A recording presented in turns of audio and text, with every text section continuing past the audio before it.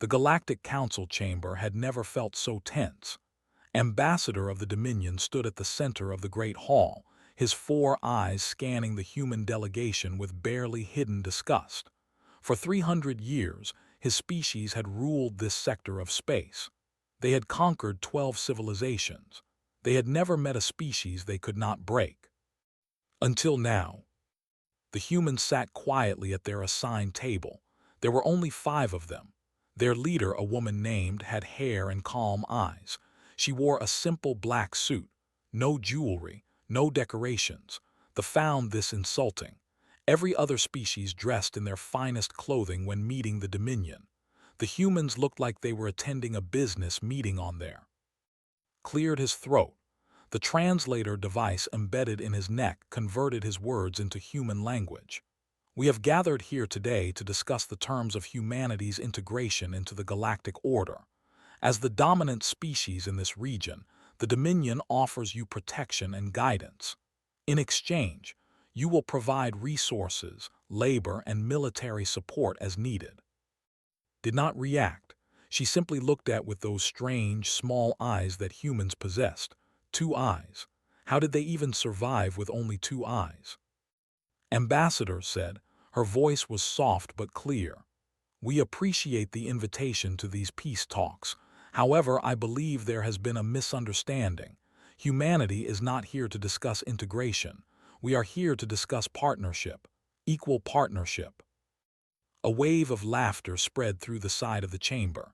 Secondary arms twitched with amusement. Equal partnership. The humans had only discovered faster-than-light travel 40 years ago. They had 1 colony outside their home system. 1. The Dominion controlled over 200 worlds. You misunderstand your position, said. His tone became harder. This is not a negotiation.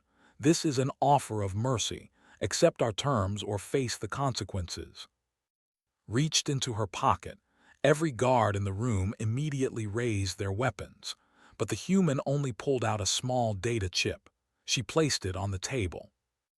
Before you make threats, Ambassador, I suggest you review this information.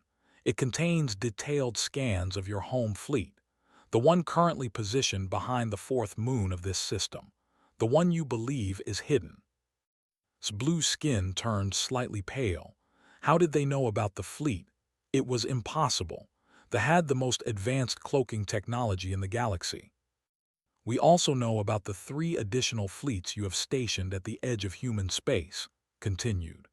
The fleet near Alpha, the one hiding in the asteroid belt of the system, and the smaller strike force positioned to attack Earth directly if these talks fail.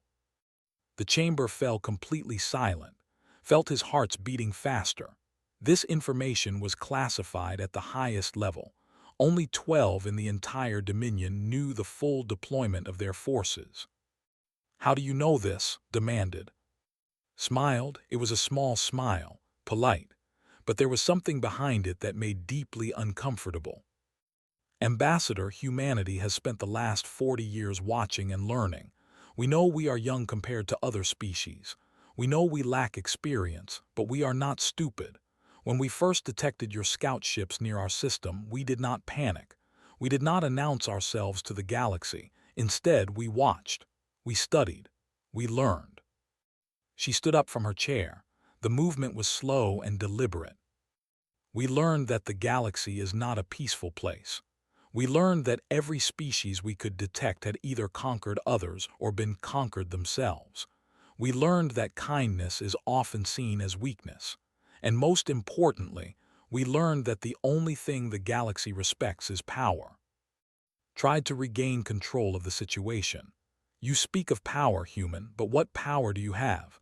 1 colony, a small fleet. Your species cannot even agree among yourselves. Your history is filled with wars against your own kind. Nodded. Yes, that is true. Humanity has always been at war. We fight each other over land, over resources, over ideas. For thousands of years, we have been perfecting the art of conflict. Every generation, our weapons become more deadly. Every war teaches us new ways to destroy. She walked toward the center of the chamber. The guards tracked her with their weapons, but she ignored them completely. When we discovered we were not alone in the universe, something remarkable happened. For the first time in human history, we stopped fighting each other. Every nation, every faction, every group that had been enemies for centuries suddenly found common ground. We realized that our survival depended on unity, and we realized that all those centuries of warfare had given us something valuable. Turned to face directly. Experience. Tried to laugh, but it came out wrong. Experience in fighting with primitive weapons, chemical explosives, simple projectiles. The Dominion has plasma cannons that can destroy cities in seconds. We have ships that can glass entire planets. Yes, agreed. Your weapons are impressive, but weapons are only tools. What matters is how they are used, and that is where humanity has an advantage. She pressed a button on her wrist device. Suddenly, the holographic displays around the chamber changed. They showed images of human ships, but these were not the small, simple vessels the Dominion had observed. These were massive warships, bristling with weapons that they did not recognize. For 40 years we have been building, quietly, secretly. Our public fleet is exactly what you expected to see, small, primitive, harmless. But our real fleet has been hidden in deep space, in asteroid fields, in places your scouts never thought to look. The images changed again.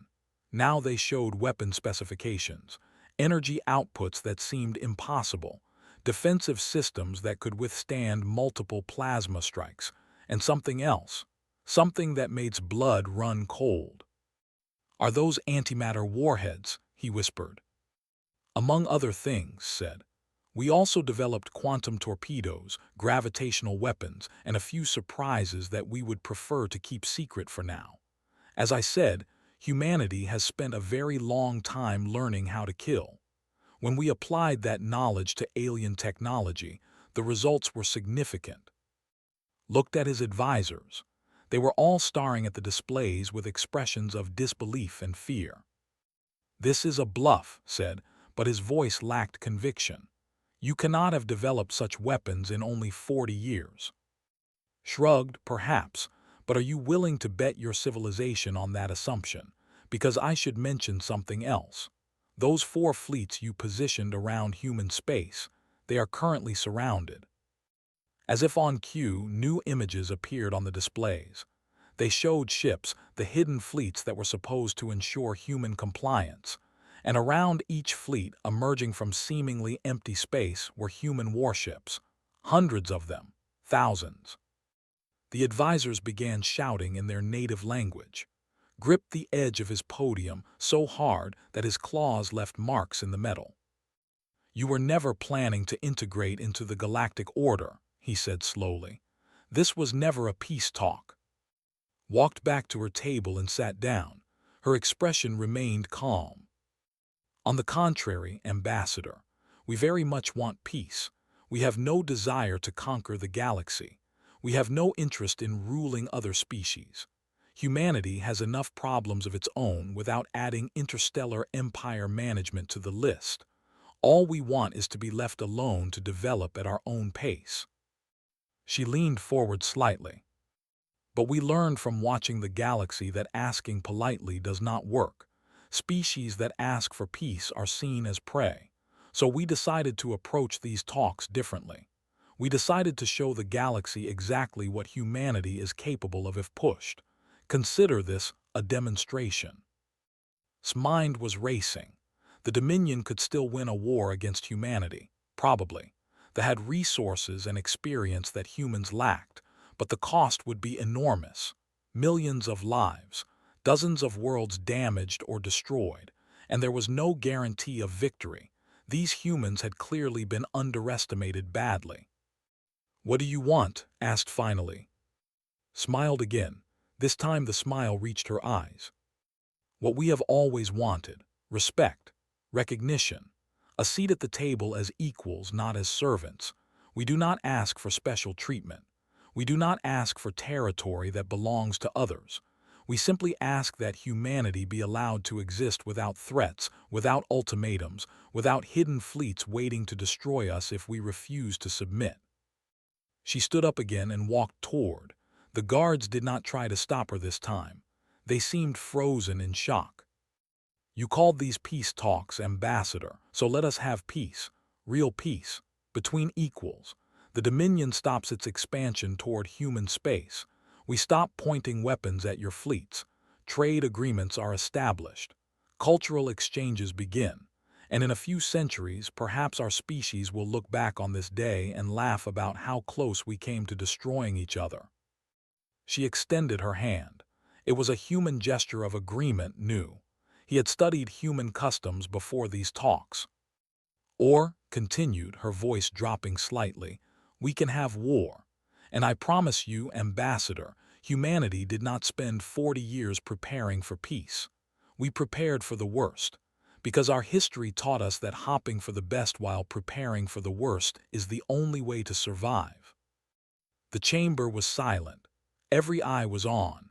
His advisors were whispering urgently, but he could not hear them. His mind was focused entirely on the small human woman standing before him, hand extended, offering peace or war with equal calmness. In that moment, understood something important about humanity. They were not bluffing. They were not afraid. They had walked into these talks knowing exactly how they would end. Every word, every gesture, every revelation had been planned. The humans had turned what was supposed to be their surrender into a demonstration of power. And the most terrifying part, they genuinely seemed to prefer peace. They could have attacked without warning. They could have destroyed the hidden fleets before negotiations even began. Instead, they chose to talk first, to offer friendship before violence. Reached out and took's hand. "Peace then," he said quietly, "between equals." Nodded, "Between equals." As word spread through the galaxy about what had happened at the peace talks, every species that had ever considered humanity an easy target suddenly reconsidered. The young species from the third planet of an unremarkable yellow star had announced their presence to the universe, not with pleas for acceptance, not with demonstrations of culture or knowledge. They had announced themselves with the quiet confidence of a species that knew exactly how dangerous it was. And that confidence, more than any weapon, changed how the galaxy saw humanity forever. The humans had come to the peace talks armed, not just with ships and weapons, but with something far more powerful. They had come armed with the truth about what humanity really was, and the galaxy would never forget it.